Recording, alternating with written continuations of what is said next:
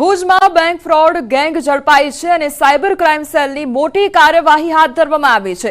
10 રાજ્યોમાં online fraud કરનાર 2 આરોપી ભુજથી ઝડપાયા છે। આરોપીઓએ ખોટા આધાર કાર્ડ અને પાન કાર્ડના આધારે 55 જેટલા બેંક એકાઉન્ટ ખોલાવ્યા તો 17 અલગ અલગ બેંકોમાં ખોલાયેલા ખાતાઓમાં રૂપિયા 21 લાખથી વધુ રકમ જમા થઈ હતી।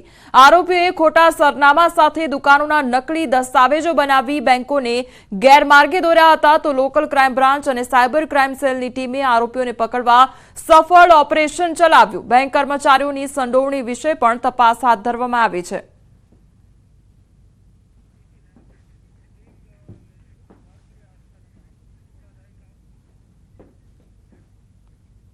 હવે આગળ વાત આસ્થાના મહાકુંભ વિશે।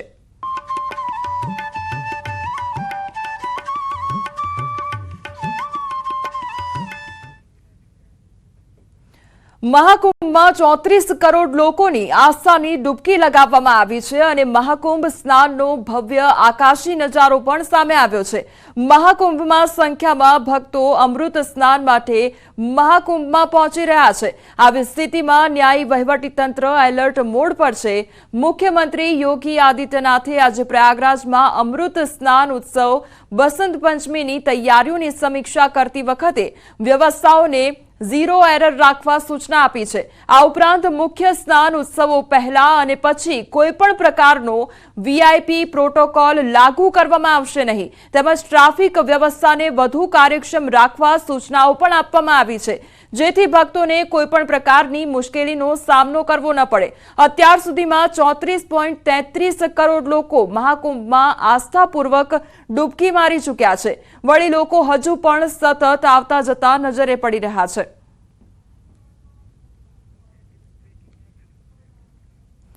ગુજરાતના શ્રદ્ધાળુઓએ મહાકુંભમાં આસ્થાની પવિત્ર ડૂબકી માટે મુખ્યમંત્રી ભૂપેન્દ્ર પટેલના માર્ગદર્શનમાં રાજ્ય સરકારે સેવાનો વ્યાપ વધારવા નિર્ણય કર્યો છે। જેમાં 4 ફેબ્રુઆરીથી નવી 5 બસો શરૂ કરવામાં આવશે જે અમદાવાદથી વધુ 1, સુરતથી 2, વડોદરાથી 1 અને રાજકોટથી 1 બસ શરૂ કરવામાં આવશે। શરૂ થનાર નવીન તમામ 5 બસો માટે પ્રયાગરાજ મુકામે રહેવાની વ્યવસ્થા યાત્રિકો દ્વારા પોતાની રીતે કરવાની રહેશે। આ બસમાં પ્રતિ વ્યક્તિ અમદાવાદથી 7,800, સુરતથી 8,300 જ્યારે વડોદરાથી 8,200 તથા રાજકોટથી 8,800 નિયત કરવામાં આવ્યા છે। નવી બસનું ઓનલાઈન બુકિંગ આજથી સાંજે 5 કલાકથી એસટી નિગમની વેબસાઇટ પર કરી શકાશે।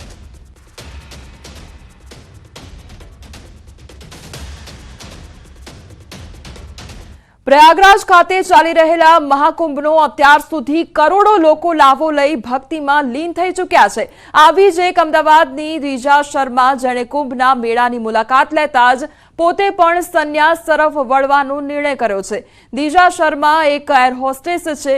જ્યારે ન્યૂઝ 18ની ટીમે રીજા શર્મા સાથે વાત કરી ત્યારે તેમણે પોતાના જીવન સાથે જોડાયેલ ઘટનાઓ વિશે જણાવ્યું અને તે કેમ સંન્યાસ લેવા તરફ જઈ રહી છે તે પણ જણાવ્યું છે। મહાકુંભ મેળો ચાલી રહ્યો છે અને મહાકુંભ મેળામાં પણ ઘણા લોકો વાયરલ થઈ રહ્યા છે। તેમાંની છે એક અમદાવાદમાં રહેતી એર હોસ્ટેસ દીજા શર્મા કે જેઓ સાધ્વી બનવા તરફ જઈ રહ્યા છે, સંસારથી સંન્યાસ તરફ જઈ રહ્યા છે। દીજા જે વર્ક કરતા હોય છે, આપણે જે પોઝિશન ઉપર હોય છે એ પોઝિશન લેવા માટે લોકોની ડ્રીમ હોય છે, પરંતુ એર હોસ્ટેસ તમે છોડી અને હવે સંન્યાસ તરફ વળી રહ્યા છો, કારણ શું? જો મારા લાઈફમાં એક એવો સ્ટેજ આવ્યો છે જે આ એર હોસ્ટેસ છે બધાનું જ પેશન હોય છે। જનરલી યંગ ગર્લનું તો બહુ ડ્રીમ હોય છે કે આ ડ્રીમ જોબ છે એર હોસ્ટેસ બનવું, but the thing is that આ એર હોસ્ટેસ બનીને no doubt I was enjoying my job, but જો આ હમણાં 6 મહિના પહેલાં જ મારા મમ્મા ઓફ થયા છે 24 ઓગસ્ટ 24માં, તો એ પછી મેં આખું લાઈફની રિયાલિટી જોઈ છે। મેં લાઈફમાં બધું એક્સપિરિયન્સ કરી લીધું છે કે લાઈફમાં તમારા સાથે જ્યારે તમારો દિલનો વ્યક્તિ જતો રહેશે ને તમારાથી દૂર, તો તમને લાઈફમાં રિયાલિટી જે ભગવાન બતાવશે ને એ ભગવાન બધાને બતાવી દે છે। કોઈ મારા સાથે ઊભું નહોતું એ ટાઈમે, not even my XYZ relatives, friends, best friends. તો હવે મને એમ લાગે છે કે આજે મેં ભક્તિનો માર્ગ ચૂઝ કર્યો છે એમાં મને એટલું મેન્ટલ પીસ મળશે અને આ ગોડે મને એમના તરફ ખેંચ્યા છે। જ્યાં હું સંન્યાસ લેવા ગઈ હતી ત્યારે મારા ત્યાં હું મહાકુંભમાં ઘણા બધા ગુરુજી ઘણા બધા માતાજીને મળી. તો એક માતાજીને હું રેન્ડમલી મળી. આઈ ડોન્ટ નો એમાં કયા સ્પિરિચ્યુઅલ પાવર્સ હતા. હું એમના સાથે બેસી, આઈ ફેલ્ટ વેરી ગુડ. એન્ડ એમના સાથે બેસીને એમને મને એક જ વસ્તુ સમજાય કે જો બેટા, તને જેટલું ઇઝી લાગે છે ને સંન્યાસ, એ જે તારી હમણાં લાઈફ છે ને એનાથી 10 ગુના વધારે ટફ છે સંન્યાસી બનવું.